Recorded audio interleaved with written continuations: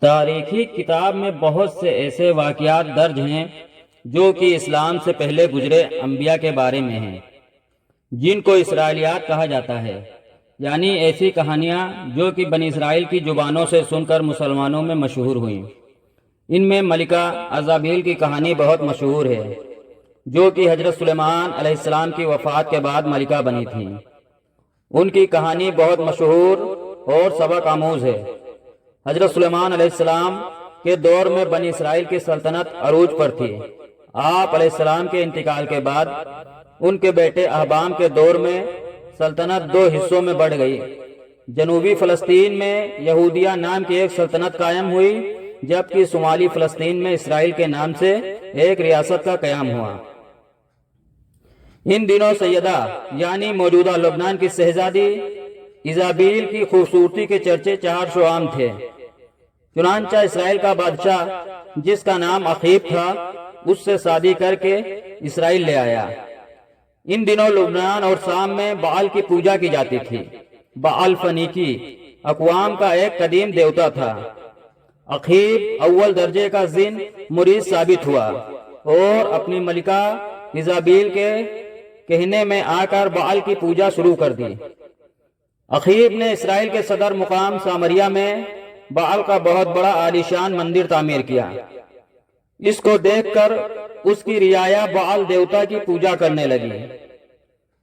اس طرح سامریہ شہر کا نام بعلبک یعنی بعل کا شہر پڑ گیا۔ پورے ملک میں بعل کی عبادت گاہیں تعمیر ہو گئیں اور اس کے نام پر قربانیاں دی جانے لگیں۔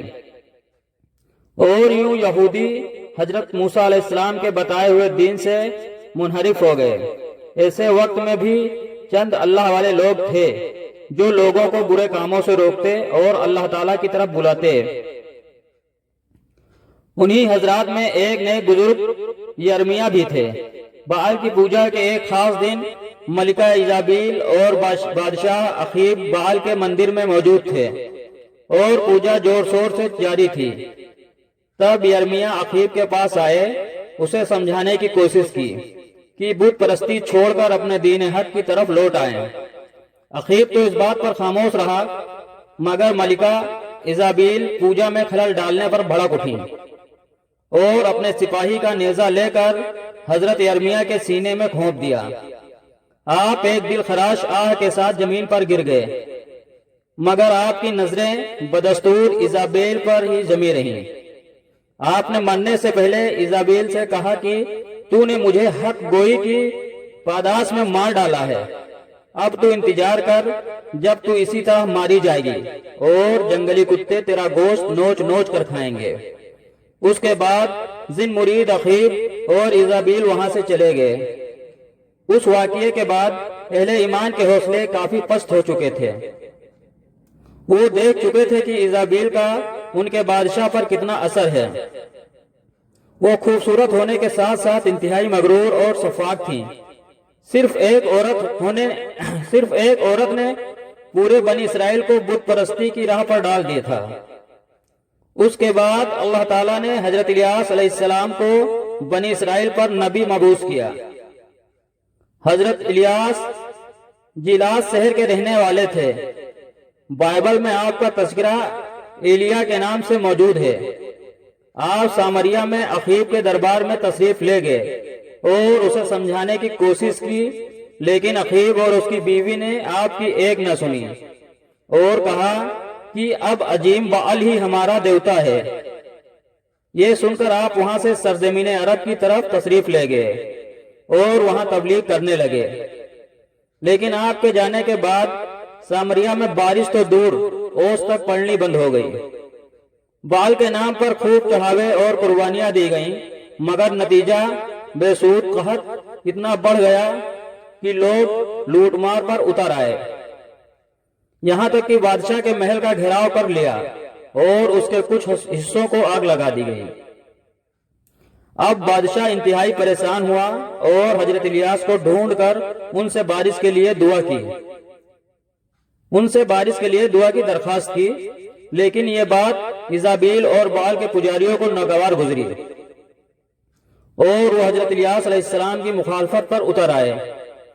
حضرت الیاس نے تجویز پیش کی کہ تم اپنے معبود بال کے نام کی قربانی دو اور میں اللہ کے نام کی قربانی دوں گا، جس کی قربانی قبول ہوگی اس کے معبود سے بارش کے لیے دعا کی جائے گی اور دوسرے فریق کو سزائے موت دی جائے گی۔ اس زمانے میں دستور یہ تھا کہ قربانی کا جانور ذبح کر کے ایک میدان میں چھوڑ دیا جاتا۔ قبولیت کی نشانی یہ تھی کہ گیب سے ایک آگ نمودار ہو کر قربانی کے جانور کو جلا دیتی تھی۔ گیبی آگ نے حضرت الیاس علیہ السلام کی قربانی کو جلا کر راکھ کر دیا۔ یہ دیکھ کر بادشاہ کے اوپر لرزہ طاری ہو گیا۔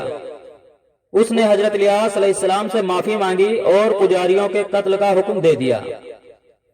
یہ دیکھ کر حضرت الیاس علیہ السلام نے اللہ کے حضور بارش کی دعا کی، دعا قبول ہوئی، خوب بارش ہوئی اور خوشحالی لوٹ آئی۔ اخیب محل لوٹا تو ایزابیل نے اسے دوبارہ گمراہ کر دیا اور دونوں حضرت الیاس علیہ السلام کی جان کے دشمن بن گئے، اور یہ ملک دوبارہ بت پرستی، شراب نوشی، زنا اور دیگر برائیوں کا مرکز بن گیا۔ اس کے ساتھ ساتھ یہودیہ میں بھی بت پرستی عام ہو گئی، جس کی وجہ ایزابیل کی بیٹی تھی، جس کی شادی یہودیہ کے بادشاہ یہورام سے ہوئی تھی۔ یوں یہورام اور اس کے ساتھ پورا فلسطین بال پرست بن گیا۔ حضرت الیاس علیہ السلام نے انہیں سمجھانے کی آخری کوشش کی، لیکن یہورام اور اخیب دونوں نے آپ کی بات حقارت سے ٹھکرا دی۔ اب عذاب کی باری تھی۔ اسرائیل اور یہودیہ کی سرحد پر کچھ ویسی قبائل آباد تھے جو کبھی کبھی سرحدوں پر لوٹ مار کیا کرتے تھے۔ وہ اتنے طاقتور ہو گئے تھے کہ انہوں نے یہودیہ پر چڑھائی کر دی۔ سارے شہر میں لوٹ مار کر کے آگ لگا دی گئی۔ ایزابیل کی بیٹی کو اٹھا کر اپنے ساتھ لے گئے۔ یہودیہ کے بادشاہ یہورام نے چھپتے چھپاتے ایک غار میں پناہ لی، جہاں اسے ایسی بیماری لاحق ہو گئی کہ اس کی آنتیں اس کے جسم سے باہر نکل آئیں۔ ان وحشی قبائل نے اسرائیل کا رخ کیا اور خوب تباہی پھیلائی اور ہر گھر کو اجاڑ کر رکھ دیا، اور اخیب بادشاہ اور اس کی بیوی کو قتل کیا گیا۔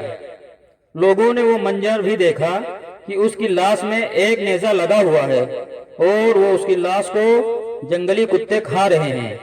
اس وقت اہل ایمان نے جان لیا کہ یہ ایک نبی اور اللہ کے ولی کی بددعا تھی جس نے ان کو اس حال میں پہنچایا تھا۔ جزاکم اللہ خیر۔